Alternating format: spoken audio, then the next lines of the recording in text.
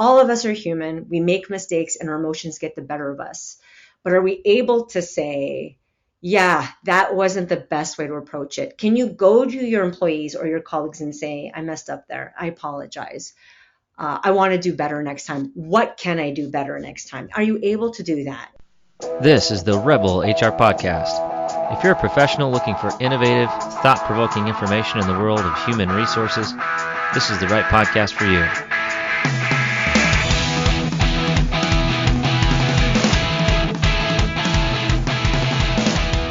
All right, Rebel HR listeners, I am extremely excited for today's guest, Dr. Johanna Pagonis, the published author, international speaker, and podcaster with over 20 years experience in leadership roles, organizational effectiveness strategies that she's gained through her professional and academic career. She's got a number of different areas of expertise.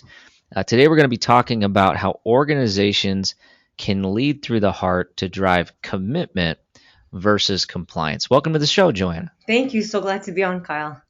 So I was really excited to make the connection, and a previous podcast guest, Jeff Harry, was on, and we had a great conversation, a ton of fun. And he said, "Hey, you've got to connect with Johanna." So I'm really looking forward to today's conversation, and looking forward to continuing to learn from you. So thank you so much for being here today. Oh, you're welcome. All right, so let's go ahead and get right into it. So I love your focus, and it really resonates with me, and I'm sure a number of our listeners who feel that our jobs at times can be heartless and challenging, and trying to kind of walk the line between empathy and execution is one of those unique things in HR that it's just really tough, especially over the last 13 months now. So, so why don't we start off? Why don't you just tell me a little bit about yourself, your organization, and how you found this to be an area of your focus? Yeah, thank you. So where I'll begin is kind of like when I started to, when I was a teenager. I'll make it brief, I promise. But when I was thinking about what I wanted to do for the rest of my life, I wanted to, I heard that saying from Confucius, if you love what you do, you never work a day in your life. And that really stuck with me. And I wanted to make sure that whatever career I chose would be meaningful and purposeful. And through a lot of soul searching and getting kicked out of university, because I was going through the motions at that point in my life. You go to university after you graduate from high school. You follow this path that's been laid out for you from your parents, and you don't question it.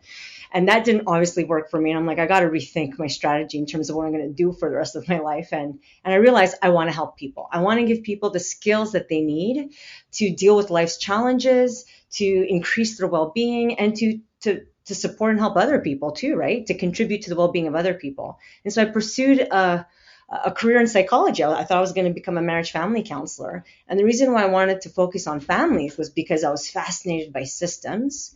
And I thought, well, you can work with an individual, but if the system they live in doesn't change, how likely will that person, achieve success? And I was working with a lot of at-risk youth, children, and I could see that the system that they were functioning and living within was part of the problem. And so that's why I wanted to become a marriage family counselor. But I ended up moving as in my early 30s. I moved to a different province, which was about 4-hour plane ride away from where I lived. And working in the nonprofit world was becoming a little precarious because I didn't have that stability and consistency in terms of a paycheck. And so I ended up going to the corporate world.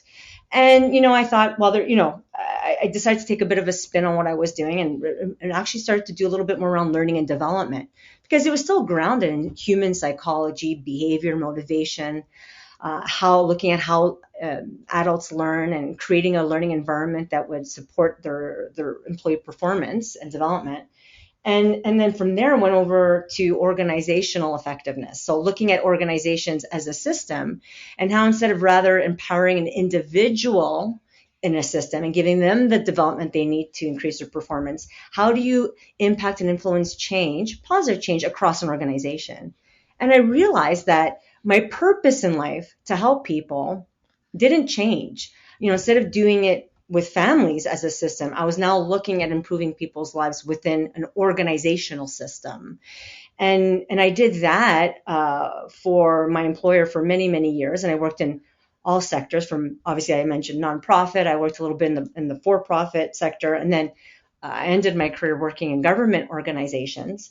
And I found after doing that for a while, I really wanted to do that for myself, for my own business, and work with a broad range of companies, not just with government organizations, but actually work with people like in all different industries and sectors. And that's when I started Sinogap Solutions. I loved so much what I did that I just wanted to do it full time.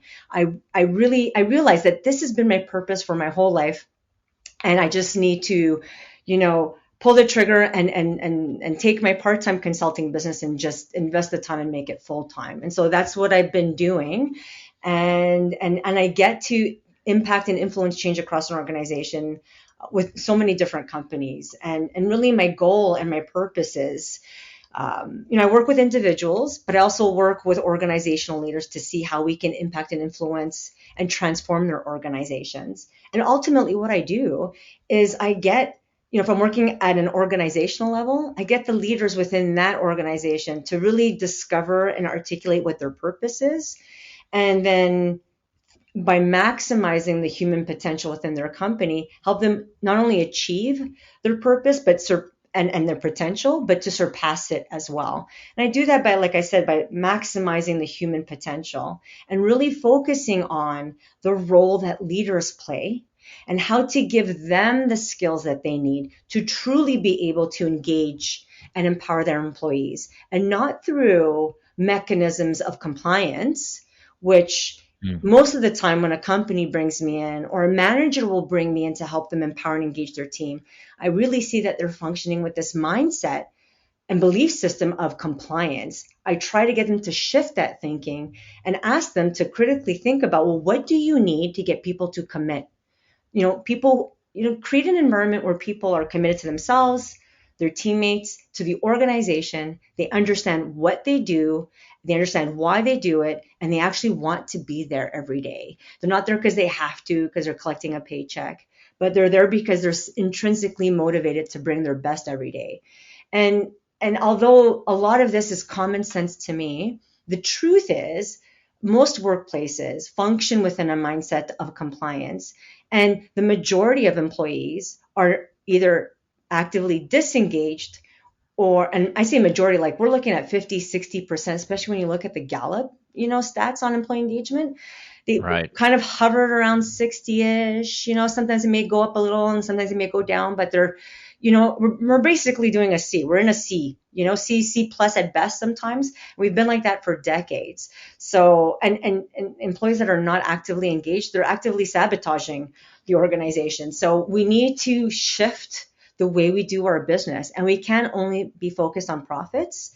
We also have to be focused on the well-being of our people. And if we can do that, you'll naturally make money. You will. And customers want to buy from companies that actually care not only about their community, but care about the people that work for that company too. And so I try to work with organizations, not try, I do work with organizations to try and get them to see that that new mindset, and give them the tools that they need to achieve it.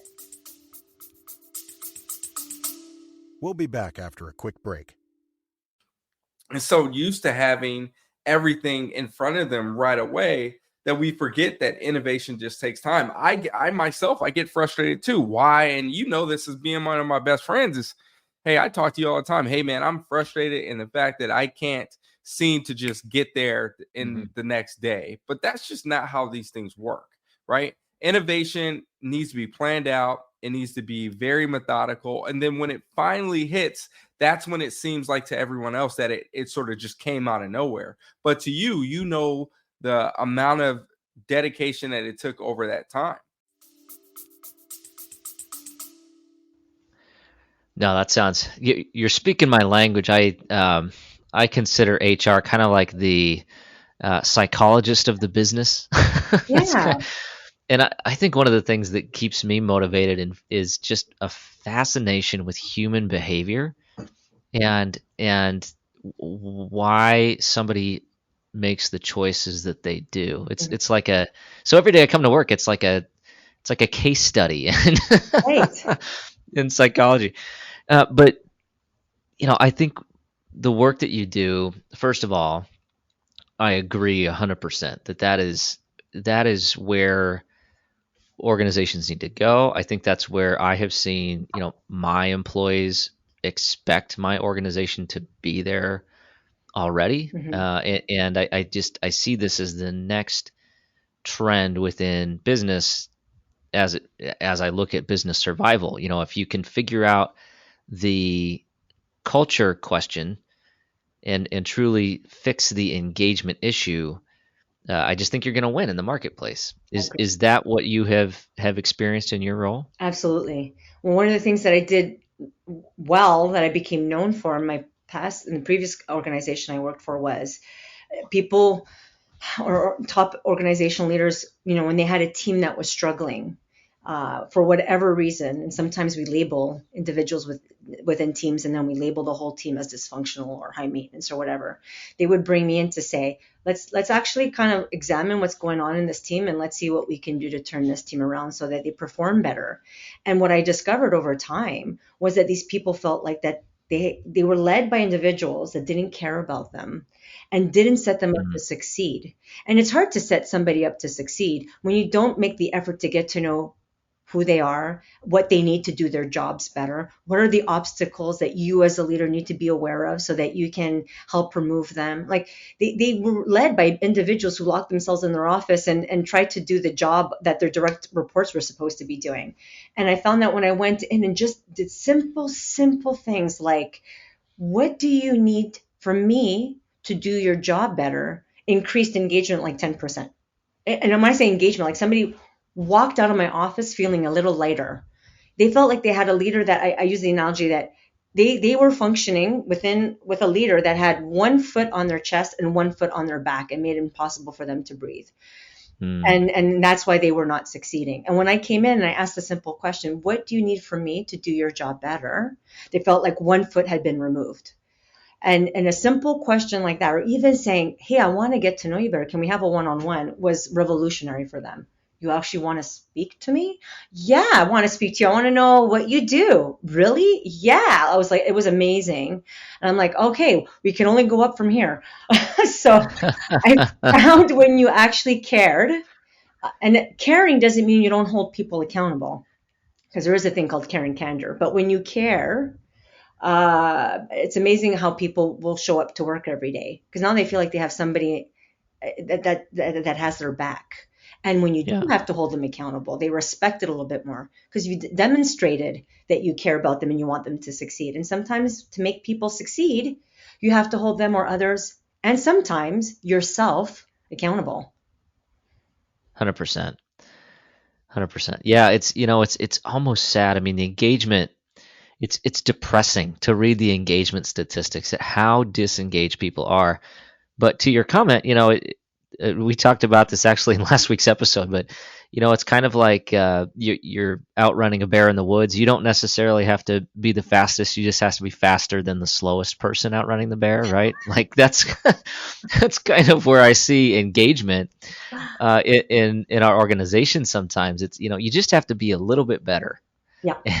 and focus on it a little bit. So I'd like to explore that, and I'm gonna be honest here that I agree 100% with what you're saying, 100%. And I think all of the listeners listening to this, anybody that listens to this probably agrees, or they probably wouldn't be listening to this Right. Your podcast, if they did. podcast. Yeah. Right. I think we're like-minded people, right? But it's common sense, but it's really hard sometimes to take a step back and get our heads out of checking the box and being compliant and forcing things to be black and white. Like I think at least that's how my brain works. That's how I get stuff done. That's how I'm efficient. Yes. So what steps can we take to hold ourselves accountable to having heart? Yeah, that's a wonderful question. And I was just talking to somebody recently about that. And I said, I believe that the key to unlocking somebody's leadership potential whether you are a formal leader, meaning that you occupy a formal supervisory role or position, like you have that designated title, or whether you're an informal leader, meaning that you don't necessarily have a group of people reporting to you, but you do have influence in an organization, even if you're an individual contributor, right? So the key to unlocking your leadership potential, whether informal or formal leader, is through emotional intelligence. And I discovered that through my research. So I have been in leadership positions for nearly 2 decades too, from frontline supervisor to executive positions. And over time, like when I started to do my PhD, I wanted to figure out, how do managers learn to manage people? Because the truth is, many organizations, and this will answer your question, is we don't do a good job. We don't have a system of leadership development in our companies, from small to large companies. We promote you because you did what you did really well, and you have a heartbeat, and we need somebody to occupy the position. So I can, Yep. as your senior leader, I've been doing your job and my job, and it's just too much work for me. So please just take this temporary acting position as a manager and just do your job. And that's how we promote people. And we set them up to fail. And when a leader fails, a formal leader, everybody that reports to them, we're setting them up to fail too. And so when I just want to figure out, how do we support managerial development through everyday work, not just through formal training, but through everyday work. And I got challenged by my supervisory committee. They said, you're conflating the terms management leadership.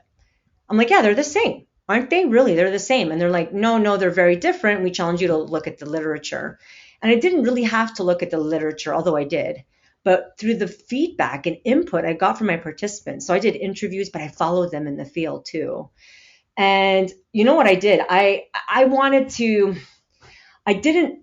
went into some pretty volatile, dangerous workplaces, because I wanted to see, if I'm a leader and I'm working in a volatile, dangerous environment where there is a lot of risk, safety issues to me and my staff, just by the very nature of my job. And if I could see how they learn to be leaders, then no one has an excuse to say, I'm overworked. I can't engage people. I can't be the leader you want me to be because I'm overwhelmed. Well, if these leaders in dangerous workplace environments, it's just by the nature of their job. It was in law enforcement. So, if they could do it, there's no excuse for other people to do it. And the things that they shared with me, I was able to categorize under 4 main competencies. And when I looked at these competencies, I realized that these were the 4 domains of emotional intelligence. And it all starts with self-awareness. That's the first domain of emotional intelligence. When you ask the question, like, how do I move away from a compliance mindset? Because I'm so busy and I'm overwhelmed and I do many of my tasks superficially. So I just want to tell people to do what they need to do and leave me alone. How do I move from that to being a more engaging leader? It starts with self-awareness. So first you have to make yourself open to getting feedback from others. So first you have to engage in some self-reflective questions around, why am I a leader in the first place? Did I do it for the prestige? Did I do it for the paycheck? Did I do it for the corner office? Although not many of us are actually working in physical work places anymore, right? But did I do it for that? Or did I do it for another intrinsic motivation? Because I believe in this organization. I want to improve people's working conditions. I want to make a difference. Is that why I became a leader? So start there. Ask yourself some questions like, why did I want to be a leader? Where do I struggle? Where are my strengths? What do I do well? And get feedback. Like, create your own 360. Ask people that are close to you and your direct reports. What do I do well? What could I do better? What do you need from me to do a better job? And if you're not humble enough or open enough or feel comfortable enough to embrace that vulnerability, to develop self-awareness, then really rethink the fact that you're in a leadership position. Because if you're not willing to go there, you'll never be that leader who knows how to get people to be committed to the organization and their teammates versus just compliant. So it starts with self-awareness. And through self-awareness, you'll get a better understanding of how your emotions could either enable you and support you to achieve positive outcomes or control you and get you to do things that you shouldn't do. Like, all of us are human. We make mistakes and our emotions get the better of us. But are we able to say, yeah, that wasn't the best way to approach it. Can you go to your employees or your colleagues and say, I messed up there. I apologize.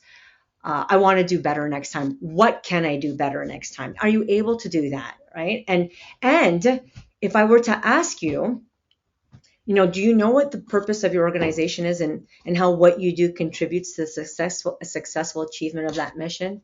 If you look at me like a deer in the headlights and have no clue how to answer that question, then once again, like, you will not be able to get people to be committed to the organization. You're functioning definitely within a compliant mindset.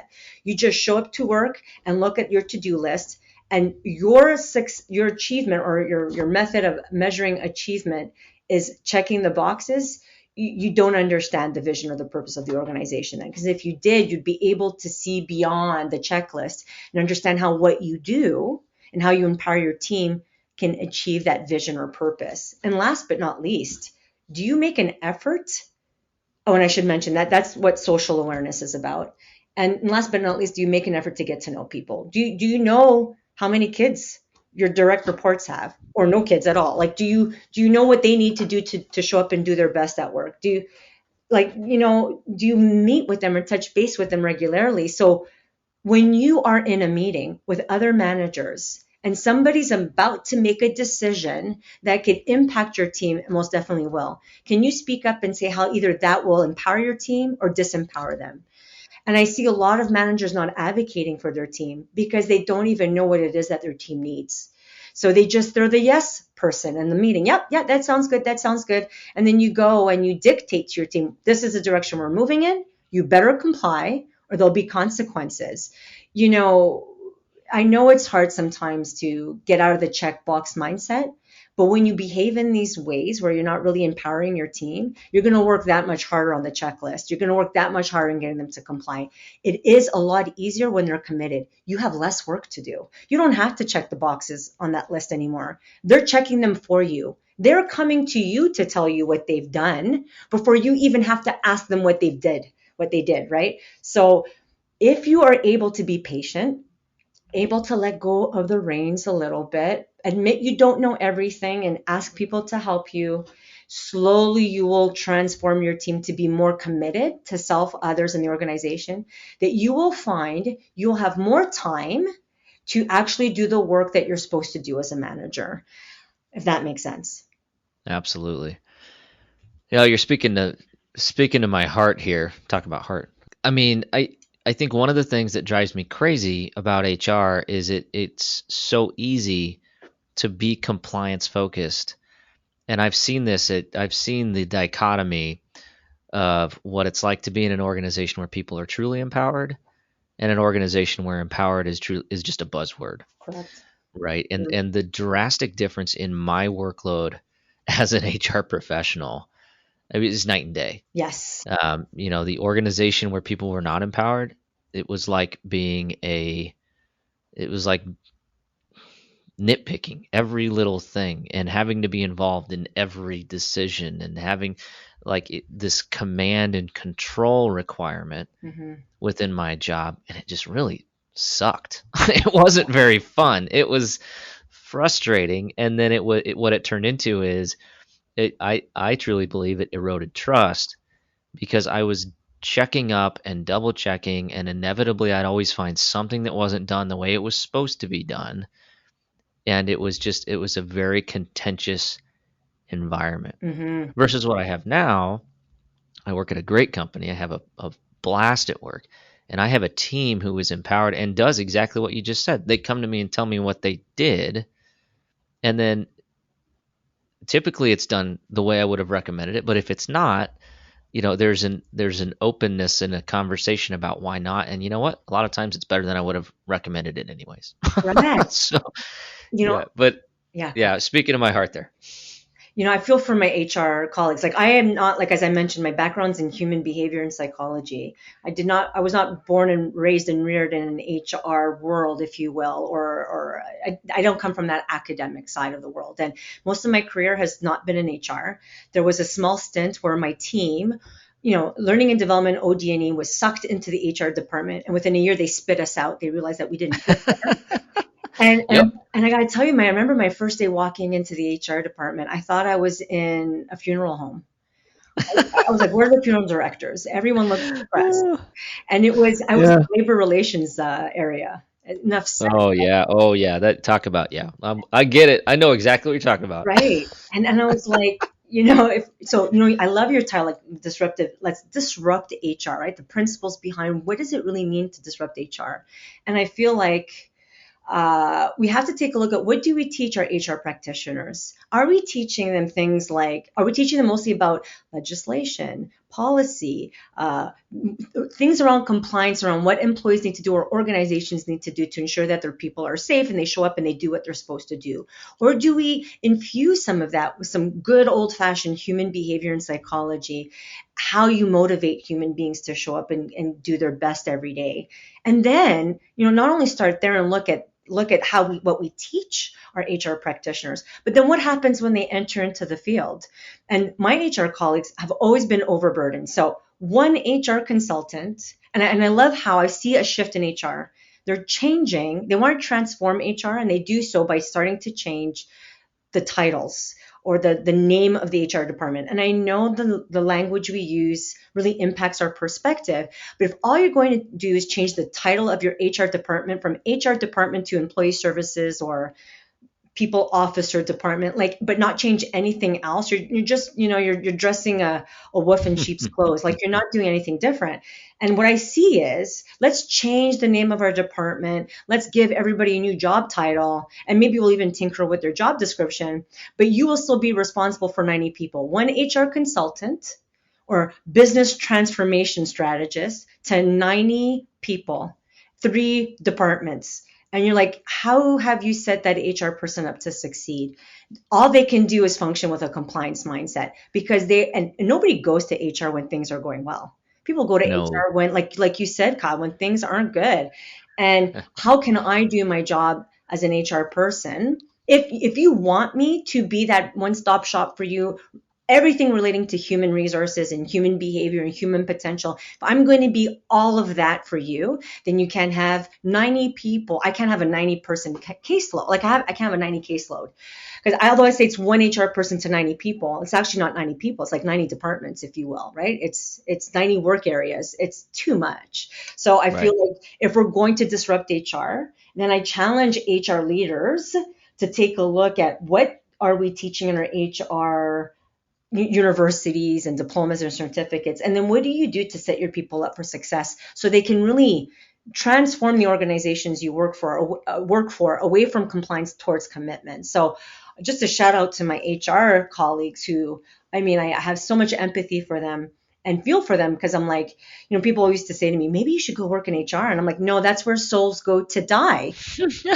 No, I'm not going to work there. I'm definitely not going to work there. And it's not to throw them under the bus. It's to acknowledge that you are given unrealistic not the best working conditions. I'll say that. And somehow you show up every day with still a smile on your face. It's very commendable. So I want to explore that a little bit, and I'm curious to get your perspective because I'm with you, and I remember especially early in my career. So I didn't go to school for human resources; it wasn't even an option when I was in college. But so the career found me, if you will. Yes. But it is one of those things where a little part of you kind of does have to die because you might have to terminate somebody, Yes. or you might have to go, take an action against somebody or investigate something that was horrific, and you truly have to compartmentalize some of those activities that don't necessarily reflect the person that you are outside of the workplace, Yeah.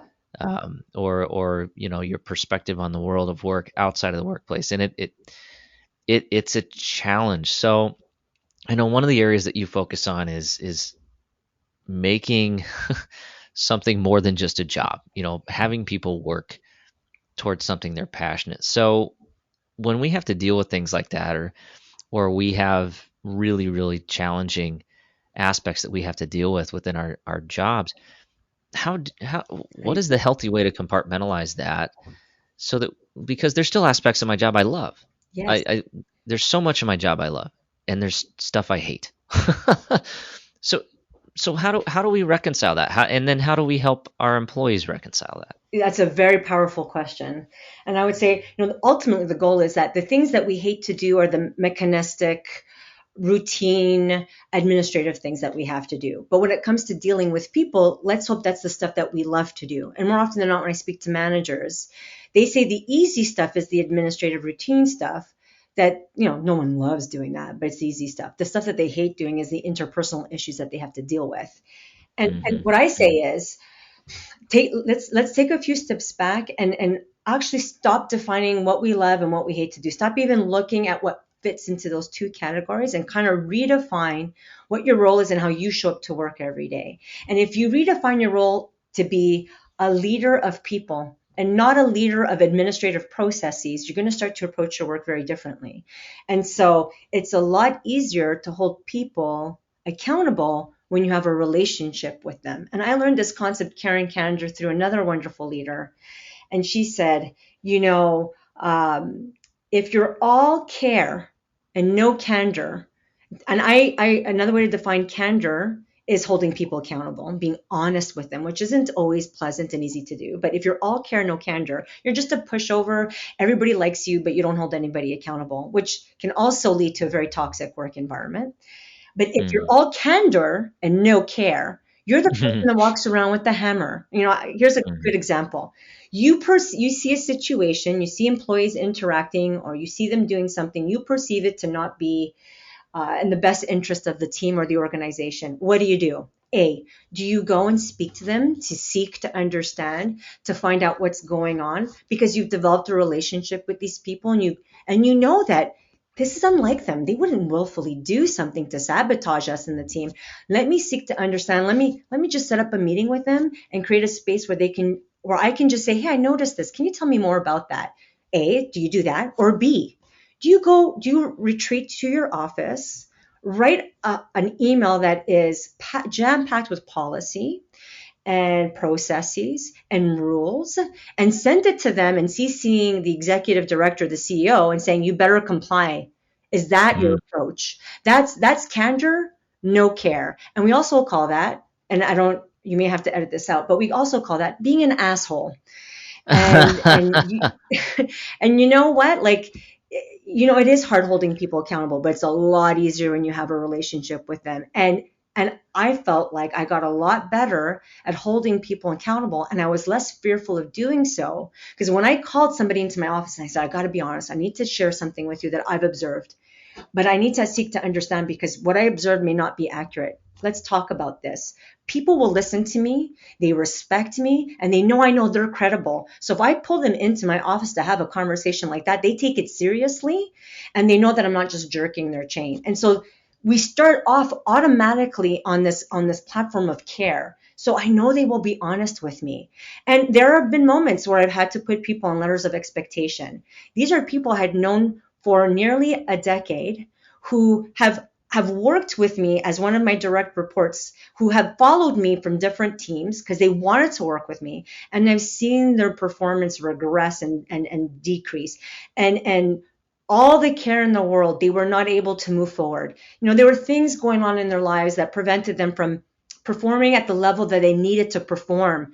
And so they were unwilling to take the actions that they needed to take to change the circumstances, regardless of the assistance I wanted to provide to them, and eventually led to a letter of expectations and would have led to progressive discipline if it hadn't changed. And then at that point, usually what happens is somebody willfully chooses to leave the organization because they realize we've given them every potential opportunity to succeed and they weren't able to follow through. I've fired people, but you can still do that with compassion. You don't have to be a jerk about it. And I believe that if you approach a situation with care, the candid becomes that much more easier. And when you are a true leader, that you are there to improve people's lives, it is your responsibility to hold people accountable. Because if you don't, everybody else on the team will not be able to perform because they have to pick up that one person's slack. And it will create a negative environment. And so I see that as an honor to step up and to do that. Whereas I know other people can't.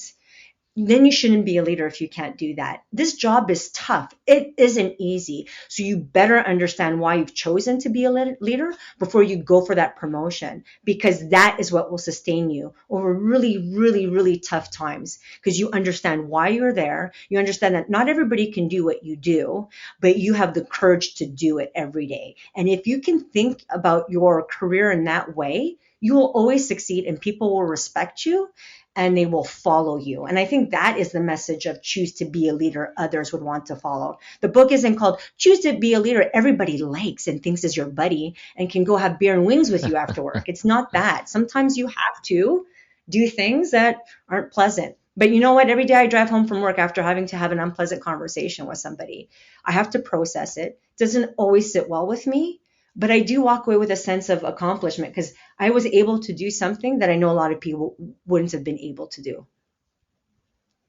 100%. And I'm hearing that, and I'm contextualizing that in my career. I remember so vividly, much earlier in my career when I had to place somebody onto a final warning for a misconduct, event, and it was they certainly earned it, but approaching that in a very combative way, and to the point of like being physically tense when delivering the message and having the conversation, and it was coming from a point of compliance. It was, you screwed up, therefore thou shalt take this final warning, or else, and deal with it. And there was no caring or compassion there.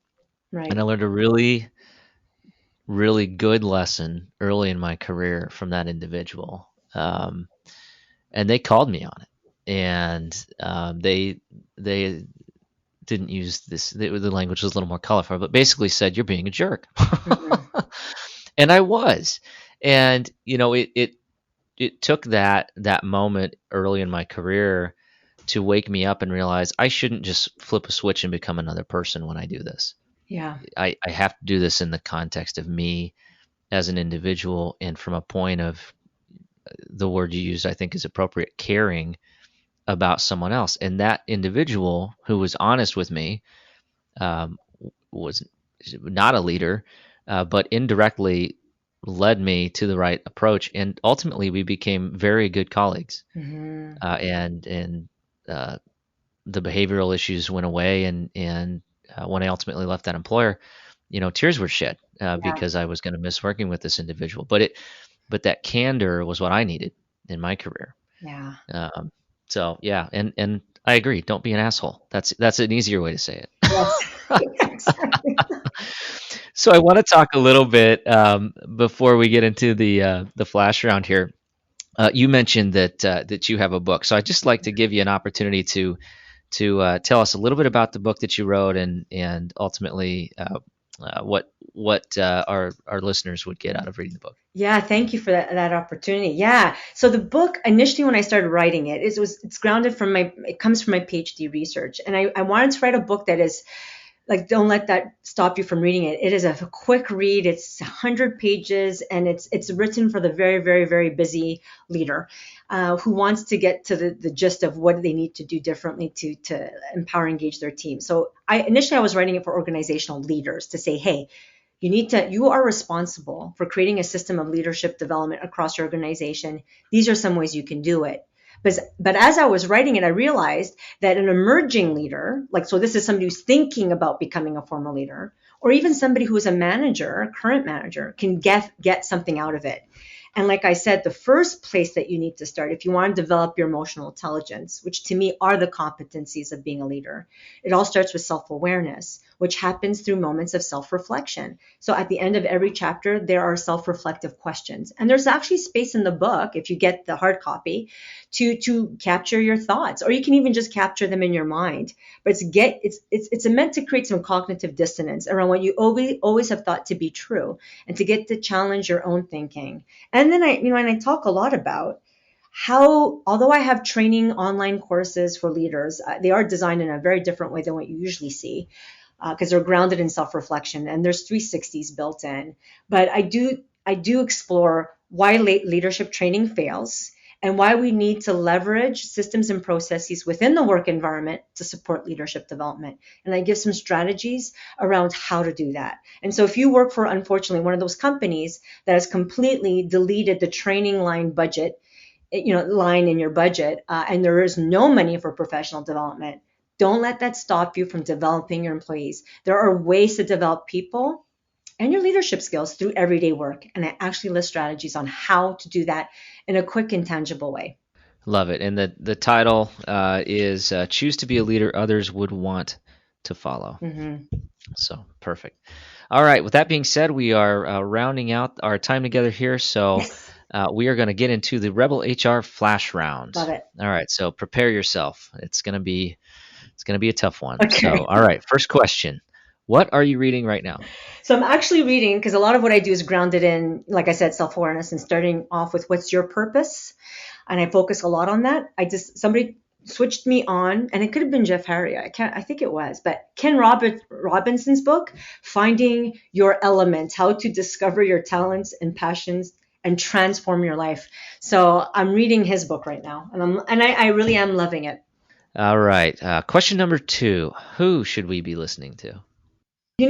I would say, actually, staying on the theme of self-awareness, start listening to yourself. Reach out and connect to people who can give you feedback around where what you're strong at, what you're great at, but also where you can improve. So you can uncover your blind spots. So yeah, reach out to people for feedback and listen to them in a non-subjective way and non-judgmental way, and try to get to the heart of what it is that they're saying, so you can really start to kind of improve the way you do things, right? We don't improve as a human being unless we are willing to hear from others what our blind spots are. So I would say that, if you want to start listening to somebody, listen to yourself through moments of self-reflection, but seek out that feedback from others. Love it. Great advice. All right, last question. How can our listeners connect with you? Yeah, so I'm on LinkedIn. All you have to do is just punch in my name in the search box, Johanna Pagonis. But I also have a website, Sinogapsolutions.com. And I do have, like I mentioned, online courses there. So if you want to take a look at what I offer in terms of products and services and how I work with organizations to create employee engagement strategies, that information is on my website. There's a contact us page. But I also offer a lot of free resources. And if you're wanting to stay kind of up to date with what I'm doing, what I'm working on, my blog, my micro learning videos, subscribe to my newsletter. And you can subscribe to that through my website. You just scroll down and you'll see the field there where you can enter your name. And that way you can stay up to date. And my book too is it's on Amazon. So if you wanted to purchase the book, an ebook or a hard copy, you can definitely do so on Amazon. Awesome. Well, thank you again, Johanna. So wonderful to have you on the show. I wish we had more time to cover some of these topics. Really great stuff. We will have all that information in our show notes. Have a great rest of your day. Thanks, everybody. All right, that does it for the Rebel HR podcast. Big thank you to our guests. Follow us on Facebook at Rebel HR Podcast, Twitter at Rebel HR Guy, or see our website at rebelhumanresources.com. The views and opinions expressed by Rebel HR Podcast are those of the authors and do not necessarily reflect the official policy or position of any of the organizations that we represent. No animals were harmed during the filming of this podcast. Baby.